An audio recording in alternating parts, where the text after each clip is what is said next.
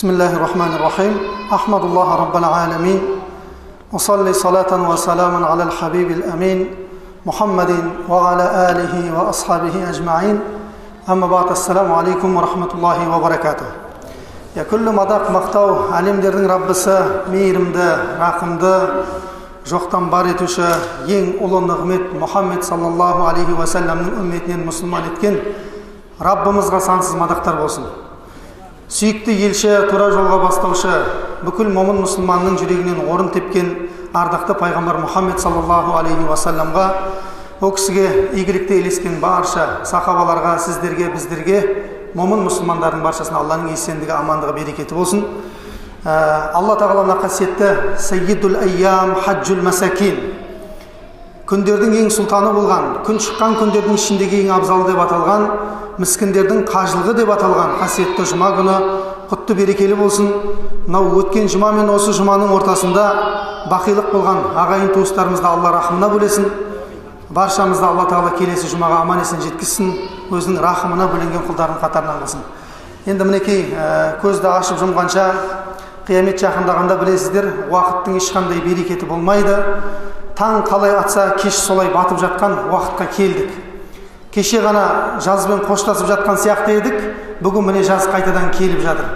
Мынау жаз біреулердің шаруаларына, кәсіптеріне ыңғайлы болса, кейбір біреулер үшін бұл айлар өте ауыр айлар болады. Кімдер үшін? Көзін зинадан сақтайтын адамдар үшін. Қоғам, әлем қазір ең белшесіне батып жатқан ең ауыр дерт бұл зинақорлық деген дерт. Әлемде мұсылман елі болсын, мұсылман емес ел болсын, барлығының жолығып жатқан үлкен сынағы мен фитнасы бұл зинақорлық деген ауру. Білесіздер, я? Зинақорлық қоғамды жайлаған кезде пайғамбар саллаллаху алейхи ва саллям хадистерінде келеді, Алла тағала ол қауымды жазалау үшін оба дертімен жіберіп, жаңағы ауыртпашылыққа түсіреді дейді. Оба ауруымен зина көбейген кезде және риба дейді ғой, өсімқорлық көбейген кезде жердің бетінде сондай аурулар көбейіп кетеді дейді. Міне соның барлығы біздің көз алдымызда болып жатыр. Болып жатқан нәрсенің барлығы өздігінен болып жатқан жоқ, бұның барлығы. Осындай үлкен дерттердің себебінен болып жатыр. Раббымыз Алла тағала қасиетті Құран кәрімде айтады: "Валлазина ла яд'уна ма'аллахи илахан ахар". Мұсылмандарды сипаттаған кезде айтады, олар сондай мұсылмандар дейді. Аллаға не істемейді? Серік қоспайды. Алламен өзге құдайды қатар алып жүрмейді дейді. Және وَلَا يَقْتُلُونَ النَّفْسَ الَّتِي حَرَّمَ اللَّهُ إِلَّا بِالْحَقِّ дейді. Және Алланың ардақты қылып жаратқан адамзатты дейді, яғни адамдарды өзінің арасында еш себепсіз өлтірмейді дейді момын мұсылмандар. Адам өлтіру деген нәрседен аулақ болады дейді. Аяттың жалғасында айтады: «Уәлә язнун» дейді. Момын мұсылмандар Алламен кездесетіндігіне сенетін адамдар ля язнун, зинақорлық жасамайды дейді Алла тағала. Аяттың жалғасында «Уәмә яфъал зәлика ялқа әсәма» дейді. Ал кім-де-кім осы айтылған нәрселерді жасайтын болса дейді. Үш нәрсені айтты Алла тағала. Серік қосу бұл ең апат, өте үлкен. Мыналар ойнамай қалады оның қасында.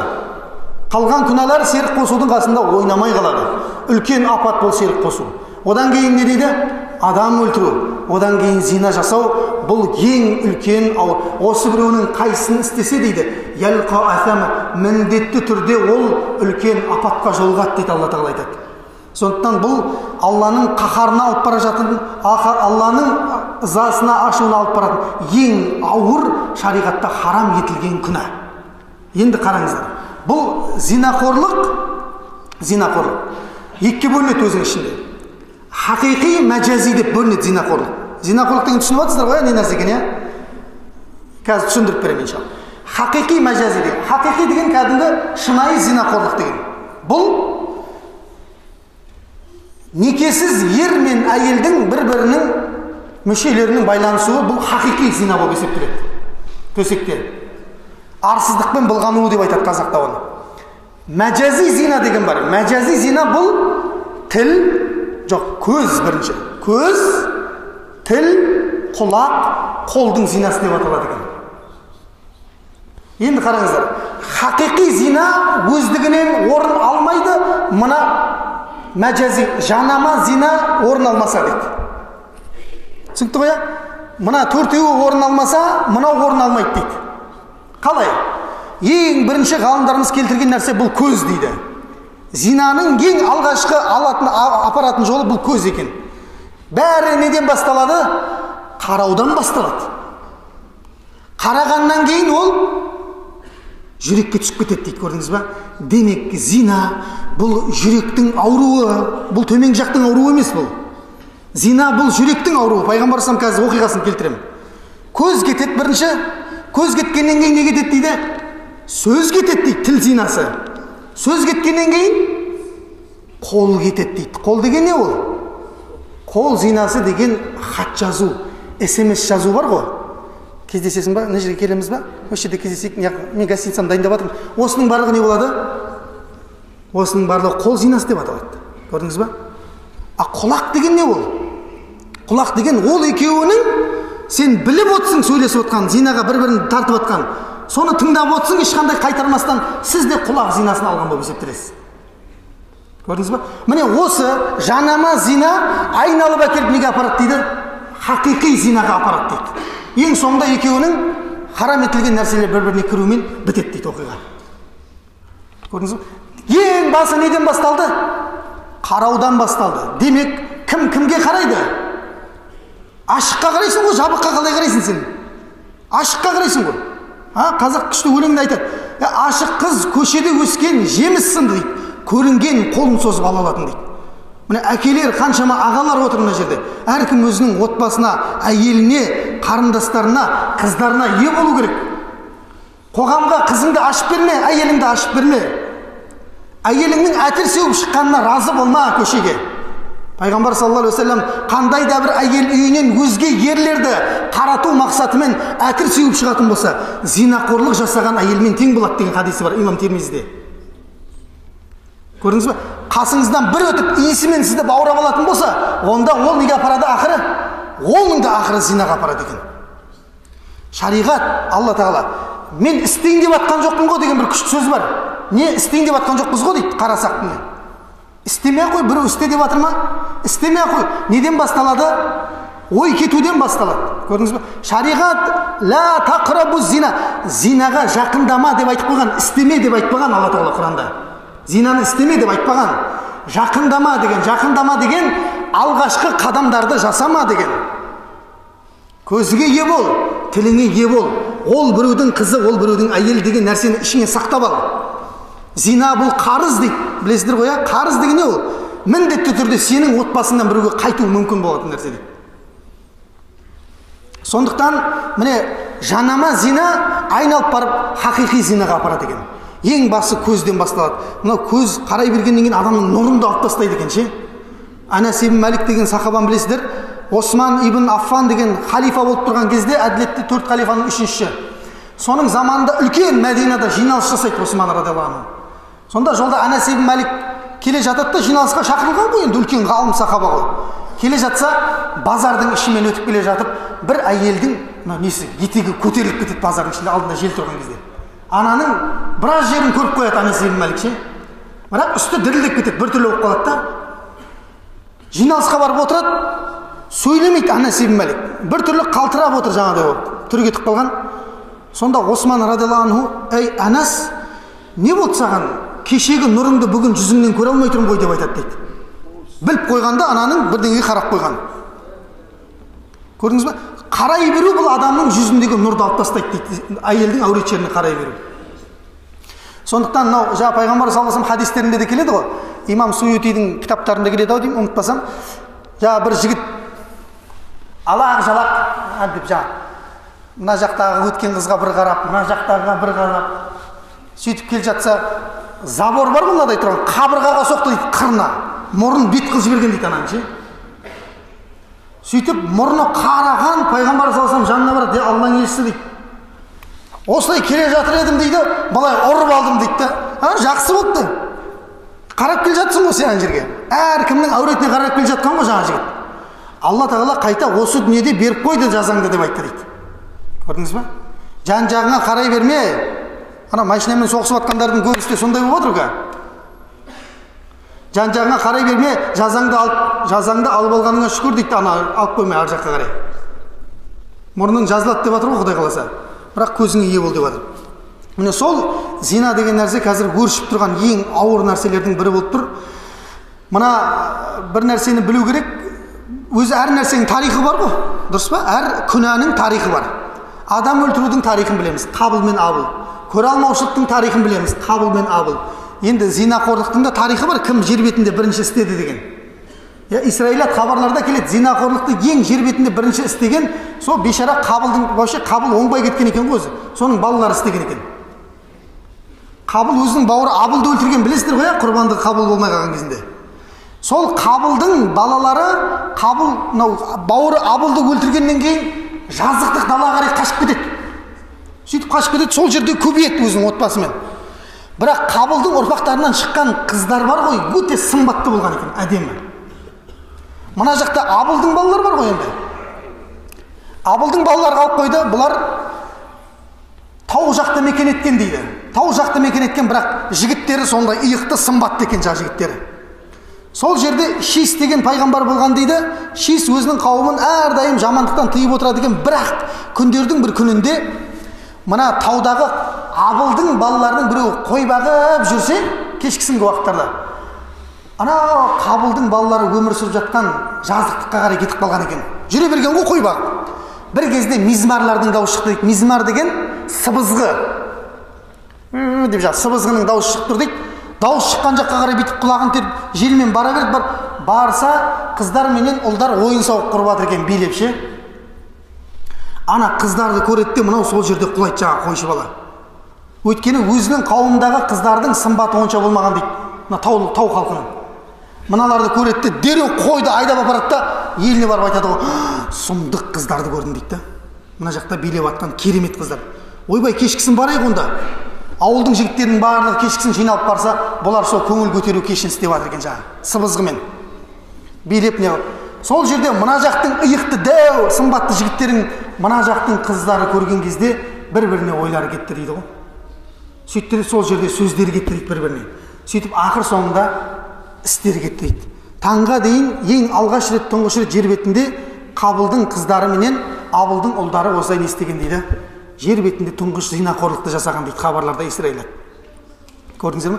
Сондықтан бұл үлкен нәрсе, бұлар егерде бармағанда алғашқы қадамды жасады. Ол нәрсе болмайды дейді жер бетінде. Бұлар барды, алғашқы қадамдарын жасады. Сөйтті де сол нәрсеге түсті ақырында. Кейін бір хабарлар дейді, Алла Тағала сол қауымға оба дертімен өлтірген дейді, жазалап жаңа зина жасағандарды. Енді Алла Тағала сақтасын. Бұл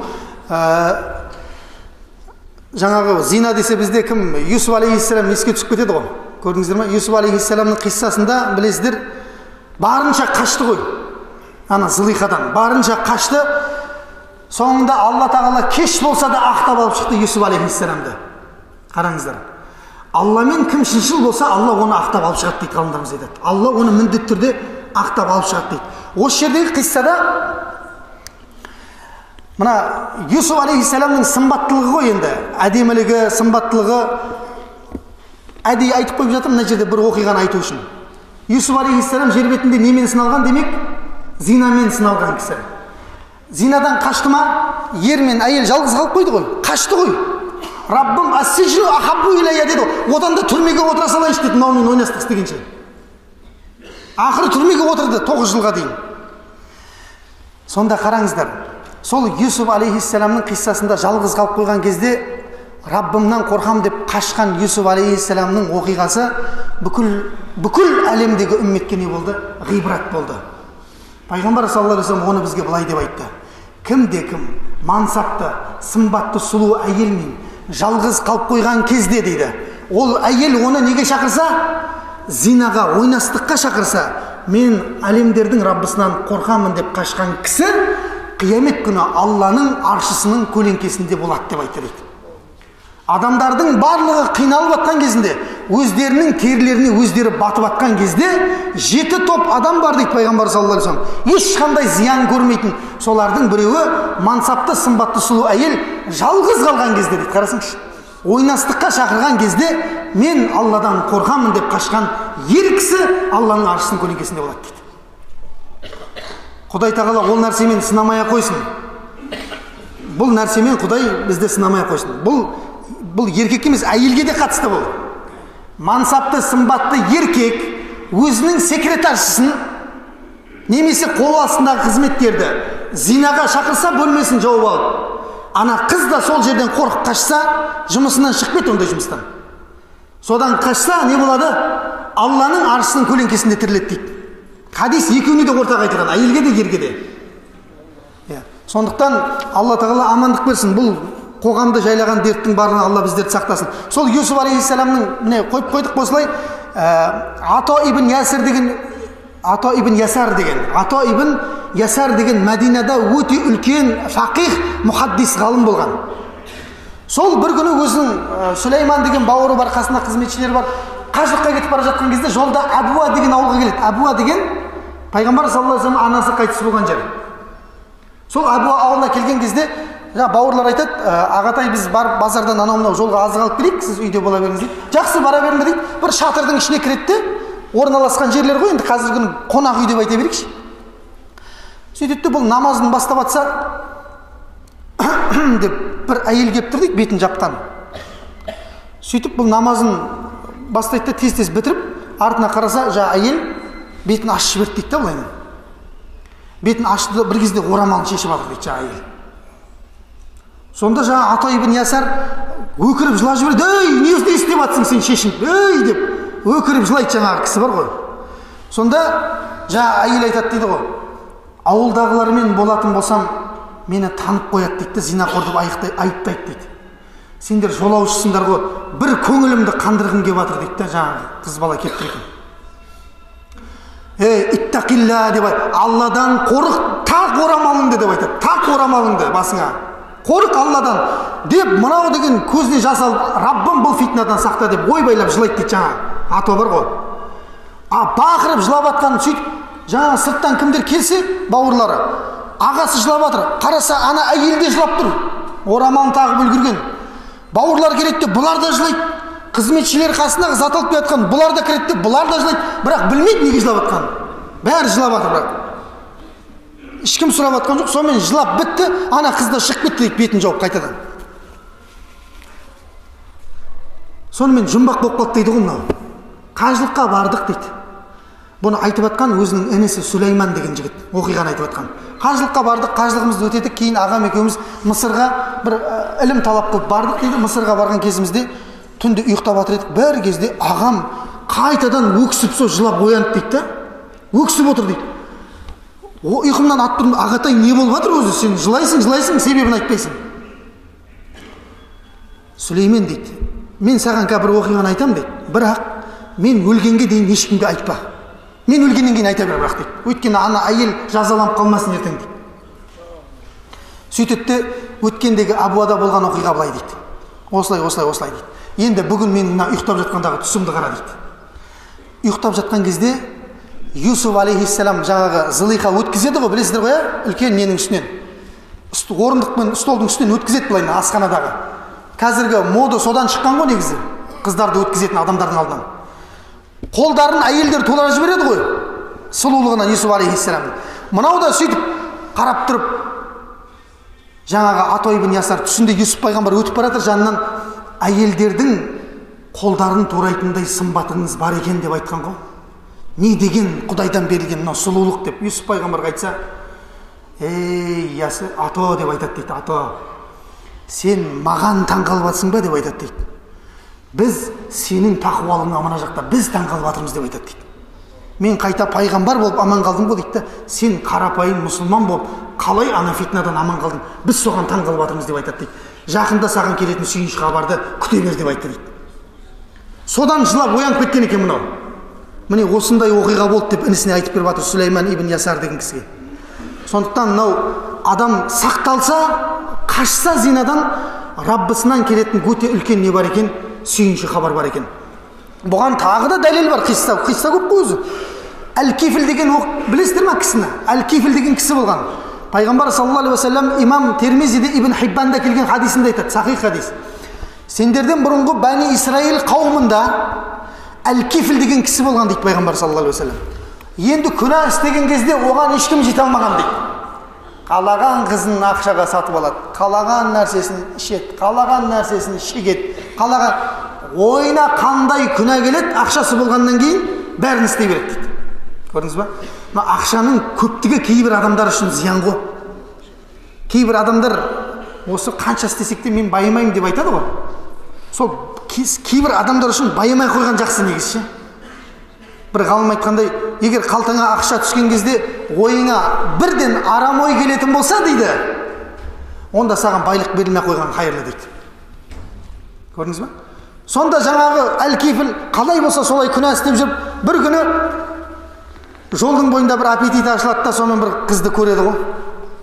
Анау енді бір сымбаты тасыған қыз екен, соған келеді де, қалай бұлай 60 динарға дейді да. Мен де сол үшін шығып тұрмын ғой дейді, жаңағы қыз айтады.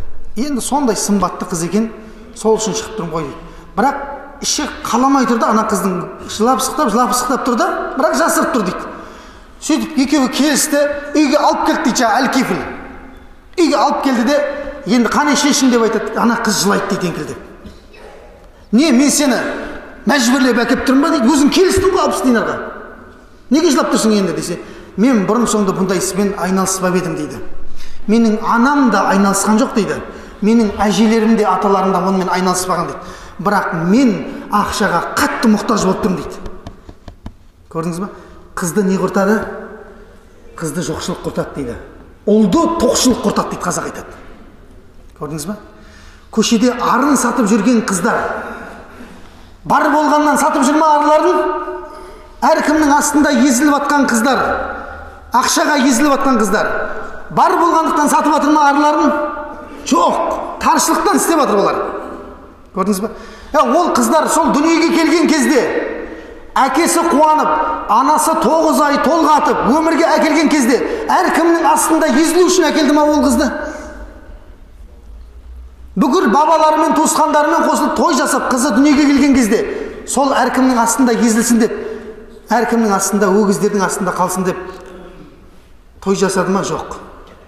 Бірақ ол қыздар сондай нәрсеге түсіп кетті, өмірде бір кішкентай сынақ келіп еді, өздерін тастап қоя салды. Сөйтті де сол жеңіл жолды таңдап кетті.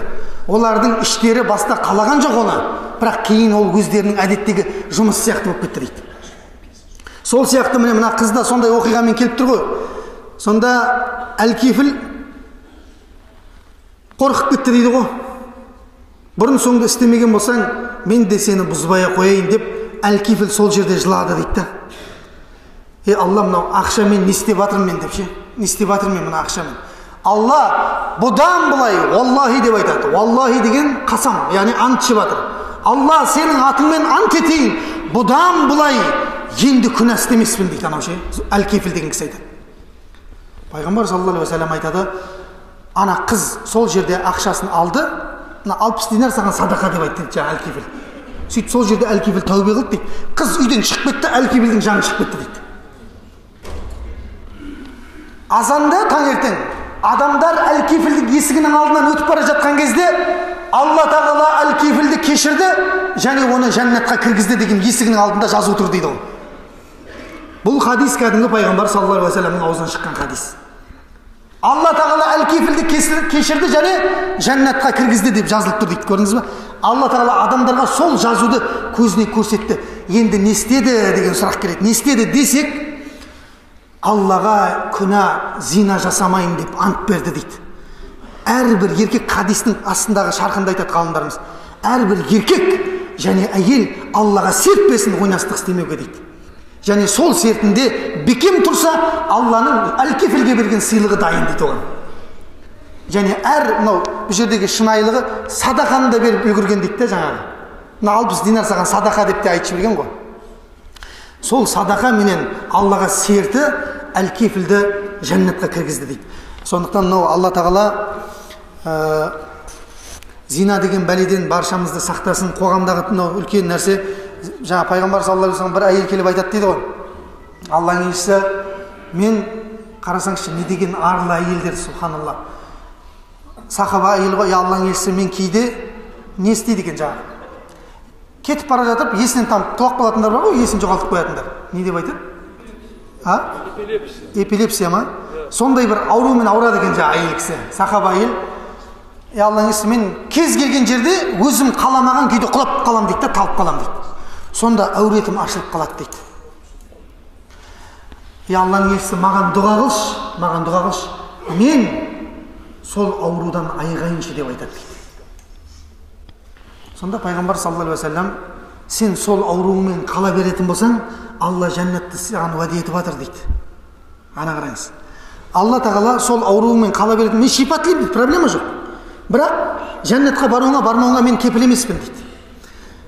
Сонда ана әйел айтады, пайғамбар саллаллаху алейхи вассалам, Алланың елшісі, олай болатын болса маған шипа тілеме, жәннат абзал маған дейді. Бірақ құлаған кезде әуреті ашылып қалмасыншы деп дұға қылшы деп айтады дейді. Ана қарасаңшы. Қандай міне әйел. Әурет не, басқа не, наоборот, қаншама адам хабарласады, қызының орамалымен арпалысып жүрген әкелер, қызының намазымен арпалысып жүрген шешелер. Не деген нәрсе ол? Мұсылман елінде тұрып, ата бабаң мұсылман болып тұрып, осындай нәрсеге дейін барып жатқан сондай үйлер, отбасылар бар екен. Не бір түрлі нелер бар ғой енді, тағдырлар нелер. Сол жаңағы айттым ғой сөздің басында, бұл зина жүректің ауруы деп. Жүрекке түсіп кетсе бұл жаман екен. Жүрекке адам оны түсіріп алса, көз арқылы түсіріп алса егер, онда оны істемей тыныштық таппайды екен ана адам бар ғой. Сондықтан пайғамбар саллаллаху алейхи вассалам жанына бір жігіт келеді. Алланың елшісі, мен міне исламды қабылдап жатырмын. Бірақ сендер что-то зинаны харам деп жатсыңдар дейді. Зина ойнастық болмайды дейді. Мен деген осы уақытқа дейін айналысып келе жатқан нәрсем бұл дейді. Қыздарды сындырам, астыма салып аламын дейді. Кез келген адамды не қылам? Астыма салып аламын дейді. Мен бұны жақсы көремін дейді, әркіммен жатқанды ше. Алланың елшісі, мен бәрін істеймін дейді. Бірақ осыған рұқсат берші маған дейді. Зинаға. Сонда пайғамбар саллаллаху алейхи вассалам айтады, ей пәленше, сен осы істеп жатқан ісіңді анаңа қалайсың ба дейді өзіңнің. Жоқ дейді. Анаңның өзге біреулерге арын сатып жатқанын қалайсың ба, төсекте езіліп жатқанын көз алдыңда. Жоқ дейді. Абдуғаппар ұстаздың бір күшті несінде айтады ғой, жесір әйелге барса сауап екен деп марқұм. Ертең сенің әкең өледі дейді. Есігің алдына жазып қой дейді. Кел сауап алып кетіңдер деп дейді. Көрдіңіз бе? Жесір әйел болмақ түгіл, еш нәрсе, бөтен әйелдің барлығы харам некесіз болған. Қандай әйел болса да ол. Сонда жаңағы жігітке айтты дейді Алланың елшісі саллаллаху алейхи вассалам, өзіңнің қарындасыңа қалайсың ба деп айтады дейді. Жоқ. Әйеліңе ше? Жоқ. Әпкеңе ше? Жоқ деп. Анаң тұла бойы дірілдеп кетті дейді жаңағы жігіттің. Сонда пайғамбар саллаллаху алейхи вассалам, адамдар да сондай өздерінің жақындарына оны қаламайды деп айтты дейді. Кім қалайды өзінің қызына сол нәрсені? Біреу қалай ма? Жоқ, қаламайды. Бірақ бір жігіттердің барып атқан бір қыздары, ол біреудің мәпелеп өсірген қызы. Біреудің әйеліне барып жүргендер бар дейді. Не бір түрін естейсің қоғамда өмір сүріп атқаннан кейін. Алла сақтасын. Сондықтан оның барлығы мен қатырдым деп жүрген шығар, қатырдым деп. Қатырған ештеңең де жоқ. Әл-жазау мин жинсил амал дейді. Не істесең, сонымен өзің жазаланбайынша өмірден өтпейсің деген қағида бар шариғатта. Не нәрсе істеп, жақсылық істеп жүрсең, иншалла жақсылығың сен өліп кетсең де алдыңнан шығар. Біреулерді қопарып жүрген болсаң, қопарыласың сен де бір күні. Біреулерді зинамен алдап арбауыңа түсіп, крючогыңа іліп жүрген болсаң қармағыңа, оны да істейді ертең саған иншалла. Сондықтан бұл нәрседен өте сақ болу керек адам. Енді пайғамбар саллаллаху алейхи вассалам айтады, қиямет жақындаған кезде жер бетінде ілім көтеріле береді дейді. Ілім көтеріледі деген сөзі, кітаптардың бәрі көтеріліп кетпейді. Кітаптар тұр орында. Осы кітаптарды ашатын, халықты туралыққа бастайтын адамдар азайып кетеді жер бетінде. Қиямет жақындағанда бұл сол келіп жатыр ғой, көріп жатсыздар ғой. Жердің бетінде ғалым қалмай бара жатыр ғой. Әр ай сайын бір ғалым дүниеден өтіп жатыр ше.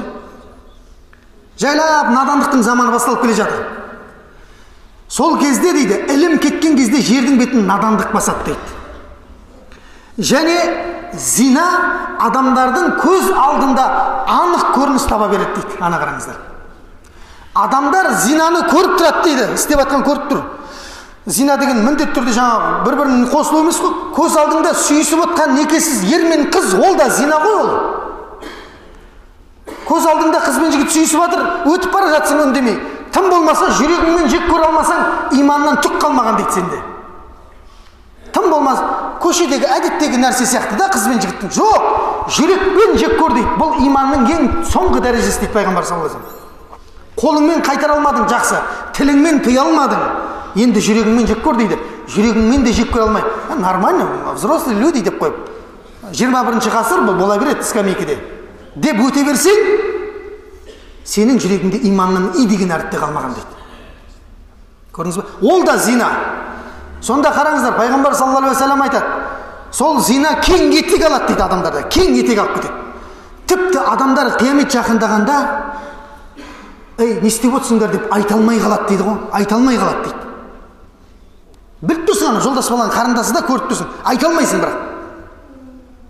Өйткені ол кәдімгідей әдеттегі нәрсеге айналып қалған. Сол кезде қияметті күте бер дейді пайғамбар саллаллаху алейхи вассалам айтады. Айта алмайсың ба, қияметті күте бер. Тіпті ең тақуа бар ғой, ең тақуа дейді сол замандағы дейді. Тым болмаса көрінбейтін жерге барып істемедіңдер ма деп айтады дейді. Істемей қойсайшы деп айта алмайды дейді ғой. Тым болмаса көрінбейтін жерге барып істемедіңдер ма деп айтады дейді. Ең тақуа қараңыздар. Істеме деп айту қалды болды уже. Сонда дейді пайғамбар саллаллаху алейхи вассалам, жердің бетінде әйелдер көбейіп кетеді дейді сол қиямет жақындағанда. Және әрбір ерге 50 әйелден келеді. Міне сол кезде қиямет орнайды деп айтты дейді. Ал статистиканы қараңыздар, бір күнде туылып жатқан Қазақстандағы сәбилердің 70-80% қыз бала дүниеге келіп жатқан. Яғни бұл бүлік алыс емес бұл әлі. Бұл бүлік міне біздің көз алдымызда болып жатқан нәрсе. Құдай тағала біздің сұрағымыз қалай болатынын білмеймін Алланың алдында. Алла тағала сақтасын, бұл бүлік көбейген кезде, адамдар бір-бірін қайтармаған кезде бар ғой, бұдан зинадан Алланың алапаты келеді дейді. Алланың үлкен алапат азабы келеді, бірақ сол кезде мұсылмандар бірінші болып өледі дейді. Ана істеп жатқандар емес, мұсылмандар бірінші болып өледі. Білесіздер ма? Алла тағала бір қауымды азаптайтын кезде бірінші сол жердегі ізгі кісілерді қараңдар деп айтады екен. Сонда періштелер, Раббымыз ол жерде саған құлшылық қылып жатқан адамдар бар деп айтады. Міне соларды бірінші өлтіріңдерші деп айтады дейді Алла тағала. Неге Раббымыз десе, олар өздері білген өзгелерге айтпайтындар ғой деп айтады дейді. Өзім не қылсам болды, өзім әйтеуір жәннатқа кіріп кетсем болды. Болмайды ондай эгоизм. Сонда қараңыздар, мынау Индонезияны білесіздер, 2000 нешінші жылы ұмытып қалдым, 2004 жылы болды ма, 5 жылы болды ма? Үлкен цунами болды әлемде, Индонезияда. 2005 қоя, 2005-те. Үлкен жаңағы арабтың ғалымы барып вертолетпен түсіріп жүр, видеоны көрген шығарсыздар барлықтарыңыз. Сонда Құдай тағаланың азабы ғой, қарасаңызшы. Неге бұның арты, неге деп зерттеп келсе, сол тұратын Индонезиядағы қалада зина істемейтін адам кемде кем болып қалған дейді. Туристік қала екен да ана. Келген шетелдіктердің барлығы тек сол нәрсеге келеді екен жаңағы. Массажы бар, басқасы бар, бәлесі бар деп сол жерге барады екен да. Сонда қарасаңызшы, әкелері жұмаға кеткен кезде дейді, қыздары $100, $200 істеп үлгереді дейді. Екі ортаны пайдаланып бір сағаттың ішінде. Барып жатып үлгеріп келеді екен да аналардың. Алланың азабы келді, теңіздің астынан от шығарған ғой Алла ше. Теңіздің астындағы вулкан атылған ше. Қараңыздар, мұхит, Индонезия өзі үнді менен Тынық мұхитының ортасында орналасқан. Сол теңіздің астындағы вулканмен қаланы шайды ғой, күйдіріп өлтірген ғой. Мәйіттерді көрсеңіздер, қолын ұстаған кезде қол жылынып қалып жатыр мәйіттердің. Суға батып өлмеген, күйдіріліп өлген, кейін сумен өлген, толқынмен. Сонда бір бала ғана аман қалды, және мешіт қана аман қалды қаладағы. Көріңіздер, ютубқа жазып бар, мен өтірік айтып жатыр десеңіздер. Мешіт қана тұр, қалада жоқ, не бір зданиялар жоқ болып кеткен. Сонда мешіттің ішінде бір ғана бала аман қалған ғой, субханалла. Ана баладан жаңа ғалым барып сұрап отыр, сен қалай аман қалдың дейді, мынаның бәрі өліп қырып қалып жатқан кезде.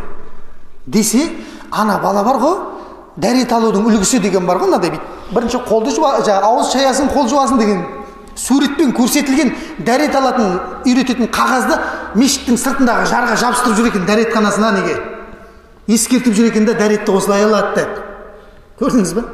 дәретті ескертіп жүрген адам аман қалды да қалған бәрі қырып кетті дейді ғой. Ескертушілер ғана аман қалады, және қалғандарын істеп кетеді дейді. Болмаса мұсылманның қаласы анау кәдімгідей. Барлығын жоқ қылып жіберді. Міне Алла тағаланың азабы келетін болса қарамайды. Сен зина істеп жатыр екенсің, сен істемей жатыр екенсің. Ескертпегендік үшін бүкіл бірге қауымды алып кетеді Алла тағаланың азабы. Және ол түсетін уақыт айтып келмейді. Көбіне таң сәріде болады азаптардың көбі. Адамдар шырт ұйқыда жатқан кезде. Міне Алла тағаланың бұл дерттің сондай ауыртпашылығы адамның жүрегіне түсіріп қойса, бұл жаман ауру болады. Пайғамбар саллаллаху алейхи вассалам, мен Миғражға көтерілген кезде дейді, бір адамдардың, ерлердің қасынан өттім дейді. Бір топ адамдар отыр, дастарханда отыр екен дейді. Шіріп кеткен, мынадай не бар ғой, қалдық, мусор тамақтар жеп отыр дейді, шіріп кеткен тамақтар, мусордағы. Соны бір аппетитпен жеп отыр дейді аналар. Артында әсем бір балауса тамақтар тұр дейді, кәдімгі таза свежий тамақтар тұр да, одан жемейді дейді анау. Мына жаққа қарап алған тек мынадан алмайды дейді, ауырып отыр дейді. Ей Жабраил, бұлар кімдер деп сұрадым дейді. Ей Мұхаммед, сенің үмметіңнен дейді, некесі бола тұра дейді, некесі тәтті мынау тамағы бола тұра, өзге әйелдермен ойнастық істейтіндер деп айтты дейді. Қиямет күні осындай жазамен жазаланады дейді. Сөйтіп бір топ әйелдердің жанынан өттік дейді. Төстерімен асылып тұр дейді нелерде. Әйелдер төстерімен асылып тұр. Сонда сұрады, ей Жабраил, бұлар кімдер? Ей Мұхаммед, сенің үмметіңнен болған зинақор әйелдер деп айтты дейді. Және өзгеден болған баласын өзінің күйеуіне телейтін әйелдер деп айтты дейді. Қиямет күні азабы, апаты зинақорлардың болсын. Тіпті кейбір хабарларда айтады, кішкентай мына шыны сияқты ыдыстың ішіне Алла тағала азаптайды дейді. Астынан отты жақып қойып, аналар үстіне шыққысы келеді дейді. Төбесінен тозақтың періштелері қайттан тастайды дейді отқа қарай. Міне бұлар зинақорлар деп. Сонда сол кезде жаңағы тозақтың оты ғой енді. Соның ішінде ана еркектер қатты шөлдеген кезде әйелдің астындағы зәр шығатын жерінен аққан нені ішеді дейді. Жаман суды. Ана әйелдер еркектің зәр шығатын жерінен аққан нәрсені ішеді дейді. Екеуі бір-бірінікін ішеді дейді. Міне зинақорлар осылай азапталады деп айтты дейді. Алла тағала біздерді, отбасыларымызды бұл зина деген бәледен сақтасын. Мынау қыз баланы барынша жаз басталды, еркектер шынымен еркек болатын болсақ, өзіміздің қызымызға, әйелімізге жайлап-жайлап ескертіп, дұға қылып, тақаж түрде тұрып, олардың әурет жерлерін жабуына әрекет жасауымыз керек. Қоғамды бүліктен сақтауға кішкентай болса да үлесімізді қосуымыз керек. Мынау сахабалардан қалған үлкен сөз бар. Зинақорлықтан сақ болыңдар, бұлардың дүниеде жолығатын 3 апаты бар дейді. Алланың алдында жолығатын 3 апаты бар дейді, сахабалар айтады. Дүниедегі жолығатын ең үлкен апаты, ең біріншісі дейді, бұлардың ризық несібесі кем болып қалады дейді. Зинақорлық істейтін адамның ризық несібесі кем болады дейді. Яғни ризық несібесі кем болады деген сөз, жаңағыдай тамақ келмей қалады деген сөз емес енді. Күректеп табады дейді. Күректеп бар ғой, ақшаны ешқандай берекет болмай қалады дейді үйінде. Не қызы бағынбайды, не ұлы бағынбайды, әйелі вообще оны упор көрмейді ана. Бір еркектің сұлбасындағы біреу жүр үйде. Ешқайсысы бағынбайды дейді. Алла отбасынан берекетті алып тастайды, зинамен шұғылданып жүргендік үшін дейді. Бұл біріншісі дейді сахабалар. Екіншісі, зинақор адамдардың жолығатын дүниедегі бүкіл жақсылықтан әрдайым құр қалып жүреді дейді адамдар. Оған беріледі, яғни бір ізгілік істегісі келеді да, бірақ зина істейтіндігі себепті сол ізгілік бұған нәсіп болмай қала береді дейді қайта-қайта. Түсінікті ғой бұл? Намаз оқиын десе де кешіктіріп тұрады, ана зина бар ғой. Қойшы, мен неге барып жүрмін, сондықтан намазға әлі таза емеспін деген сияқты. Өз-өзін не істеп тұрады? Кешіктіріп тұрады дейді. Үшіншісі дейді, бұл адамдардың жүрегінде зина жасайтын адам саған ештеңе істеген жоқ ол. Саған ештеңе істеген жоқ. Бірақ Алла зина жасайтын адамдарды, зина жасамайтын адамдардың көзінде жек көрінішті қылып қойып қояды дейді. Ана ұнатпай тұрасың, ананша бір суқаның сүймей тұрады ғой бір. Сондай сүйкімсіз қылып қояды дейді адамдардың ішінде зинақорларды. Бұл дүниедегі азабы дейді. Ақыреттегі 3 азабы дейді, сахабалар айтады. Ең біріншісі, Раббысы олған ашуланған күйде тіріледі дейді. Зинақорлар Раббысы ашуланған күйде тіріледі дейді. Екіншісі дейді, Есебі өте ауыр болатын адамдар бұлар зинақорлар деп айтады дейді. Алланың алдында ана әрбір қыздың хақысы кетті ғой, соның бәрінің хақысын береді дейді ана жерде тұрып. Үшіншісі дейді, егер тәубе етіп үлгере алмаған болса, ол бір батырылып алынады деп айтады дейді тозаққа. Сондықтан мынау Құдай тағала баршамызды сақтасын. Тіпті мынау қарттардың өзі кейбір кезде бір қаланы айтпай қойын, бірақ бір бауырымыз айтады, пенсия алған кезде біздің кейбір қарттарымыз бірден сол неге барады дейді, саунаға, жас қыздарға барады дейді. Бір нәрсені білу керек. Қарт әдем болып қартаю керек. Пайғамбар саллаллаху алейхи ва саллям қиямет күні Алла тағала зина жасаушы қартпен есептеспейді деген хадисі бар. Оған көңіл де аудармайды дейді Алла тағала. Кәдімгідей ең ауыр адамдардың бірі солар болады дейді қиямет күні. Алла тағала сақтасын. 90 ауыз сөздің тобықтай түйіні, ең бәленің басы, даудың басы дайрабайдың көксүйірі дегенде қазақта, даудың басы, бәленің басы көзден басталады екен ғой, көзден. Сондықтан Раббымыз біздің көзден кетіп қалатынымызды біліп, Алла Құран кәрімде «Құллил муъминина яғудду мин абсарихим» дейді.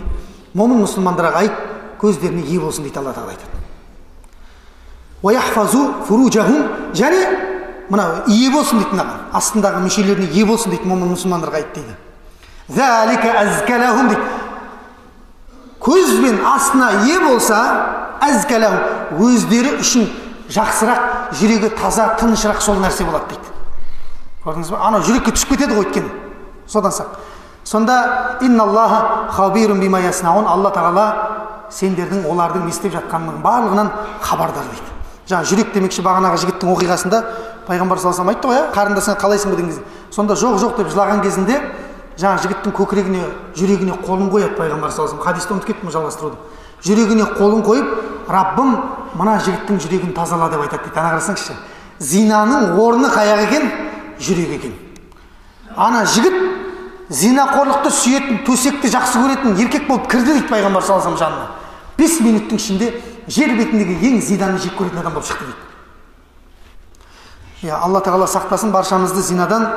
Алла тағала мынау Пайғамбар саллаллаху алейхи ва саллям хадистерінде айтқандай, кімде кім ерніме, екі тілдің ортасындағы, тілге, яғни және екі бұтының ортасындағы ие болса, мен оған жәннатқа кіруге кепілдікке тұрамын дейді Пайғамбар саллаллаху алейхи ва саллям. Осы нәрседе, осы екеуімен болады ғой бәлең бәрі.